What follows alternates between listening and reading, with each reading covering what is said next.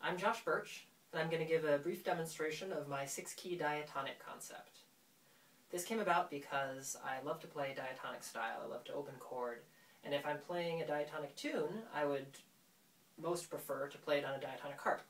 But the only single key diatonic that I have is in E, and I love the key of E, and I love that harp, but it doesn't do me much good if I'm playing with other people, usually. So I used to have to play using chromatic technique, closed chorded all the time, if I was playing with others. And this idea occurred to me. The idea is to be able to play diatonic style in 6 keys on one harp. So the harp itself is chromatic. It's a fairly standard. The string schedule is specially designed for these keys. But this is a George's choice, an Orthey harp, with a special bar assembly designed by Greg Schreiber, built by Greg Schreiber. And it has 2 rows rather than 3, which is part of this whole design. There are 15 bars here. These 6 are lock bars that are blocking out all of the notes except for the ones in the key. And this goes from F to E. So I have a lock bar for F, C, G, D, A, and E. The 7 bars up here are my chord bars. So there's actually only 7 chord bars on this harp. I have one labeled F, one labeled C, one G, D, A, E, and B. And then there are 2 more bars down here, which I think of as melody bars. This is originally an idea thought of by Carrie Dubert, and he wrote about them under the name of anti-mush bars in Autoharp Quarterly long ago. That's in the Autoharp owner's manual if you have it. So I'm gonna sort of show you how this sounds. Engaging the F lock bar now. So in F we've got F major, B flat major, C major, D minor, G minor, A minor, and C7. In the key of C, engaging the C lock bar, I've got C major, F major, G major, A minor, D minor, E minor, and G7.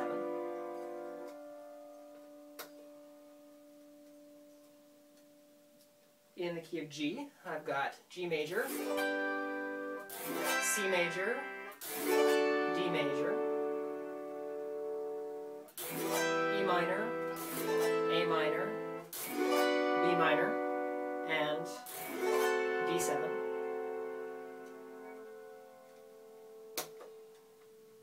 In the key of D, we've got D major, G major, A major, B minor, E minor, F sharp minor, and A7.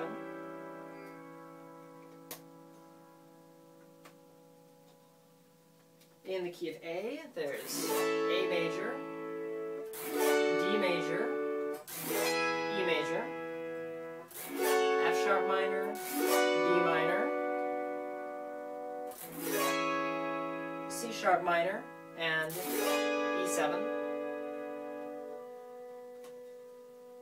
And lastly, in the key of E, I've got E major, A major, B major, C sharp minor, F sharp minor, G sharp minor, and B7. So that was a total of 22 chords that I just played. 22 different chords, that is, with these 7 chord buttons. So how is that possible? The reason that I'm able to do this is because each of my 7 chord buttons has more than 1 chord cut into it. So you can't play a chord button all by itself. You have to have a lock bar engaged. For example, if I hold down the B chord bar here, not a chord you probably want to hear in a tune, because it's not just cut for B major. It's not just a B, a D sharp, and an F sharp, like ordinarily your B chord bar would be. I also have cut in there the chord B flat major, so I have a B flat, a D, and an F for that. I have B diminished, which is B, D, and F. I have B minor, which is B, D, and F sharp, and then lastly B major, B, D sharp, and F sharp. So I have a lot more notes cut into this bar than you would ordinarily have in a B bar, and that's where the lock bars come in, because if I engage a lock bar, that will lock out the notes that aren't supposed to be in that chord for that key, and resolve it into the key, into the chord that it ought to be. So for example, I'm going to play the same B chord bar and go through all my keys. So in F, and I'm going to use my thumb to hold down the lock bar. In F, this is B flat. In C, it's B diminished, which basically is used for a G7. In the key of G, it's B minor. In D, it's also B minor. In A, it's still B minor. And then in E, it's B major. So how does this sound when you're playing a tune?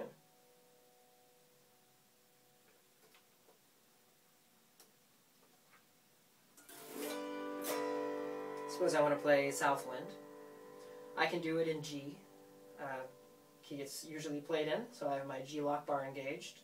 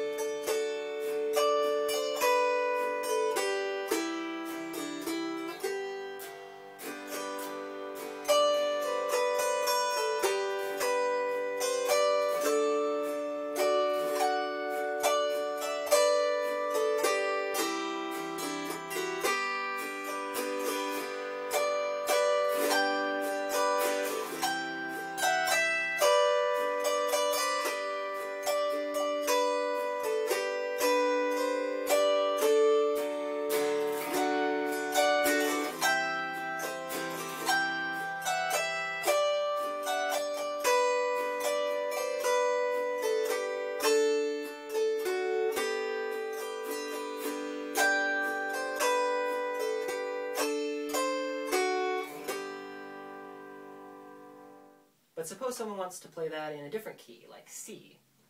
You can engage your C lock bar.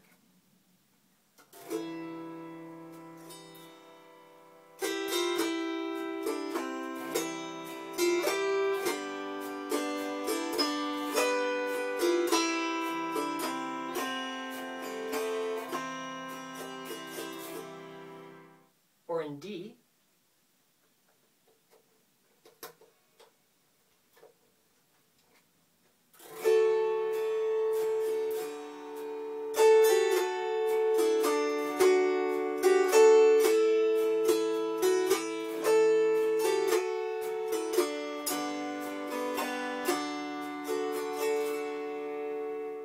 Or E.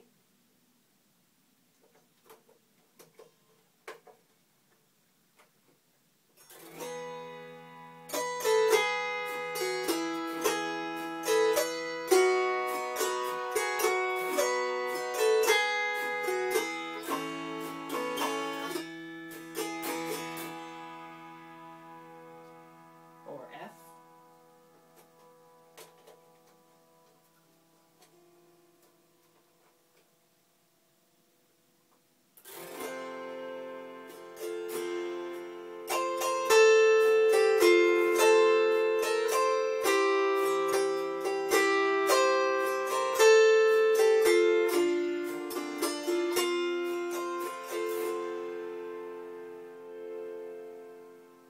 Or A.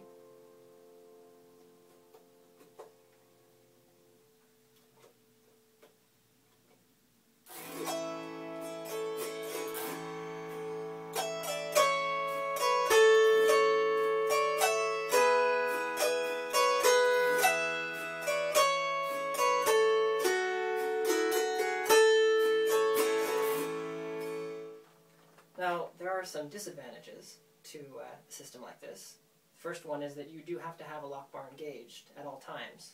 So if you need to modulate from one key to another, there are some tricks you can use. I might talk about that in another video. But for what I use it for, I find this to be really, really useful. And there are specific instructions on how to set it up if you're interested in the first Autoharp Quarterly of this year. And you can also feel free to contact me if you have any questions. And I will come back with more demonstrations later on.